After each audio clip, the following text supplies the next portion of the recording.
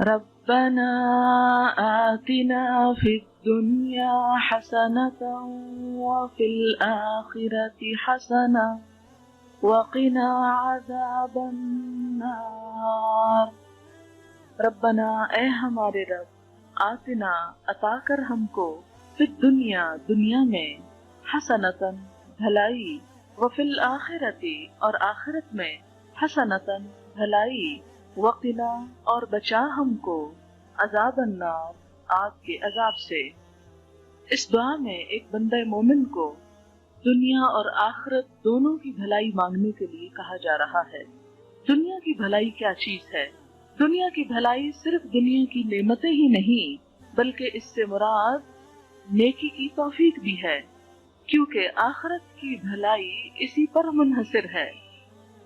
اور پھر ایک بندہ مومن کی نگاہ صرف دنیا میں اٹک کر نہیں رہ جاتی، اسے اپنی منزل بہت بلند نظر آتی ہے، اسی لیے وہ پکار اٹھتا ہے، ربنا آتنا فی الدنیا حسنة وفی الآخرة حسنة وقنا عذاب النار۔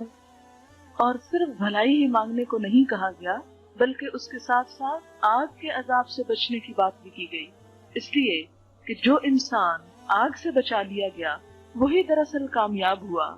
قرآن پاک میں آتا ہے، فَمَنْ زُحْزِحَ عَنِ النَّارِ وَأُدْخِلَ الْجَنَّةَ فَقَدْ فَازَ۔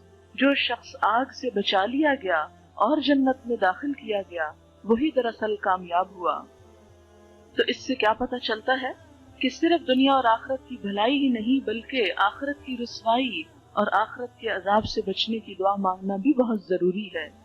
اب اس احساس اور شعور کے ساتھ یہ دعا پڑھیں، ربنا آتنا فی الدنیا حسنة وفی الآخرة حسنة وقنا عذاب النار۔ ویڈیو کے نیچے سبسکرائب کے بٹن پہ کلک کریں، بیل کے آئیکن پہ کلک کیجیے تاکہ ہر نئی ویڈیو کی نوٹیفیکیشن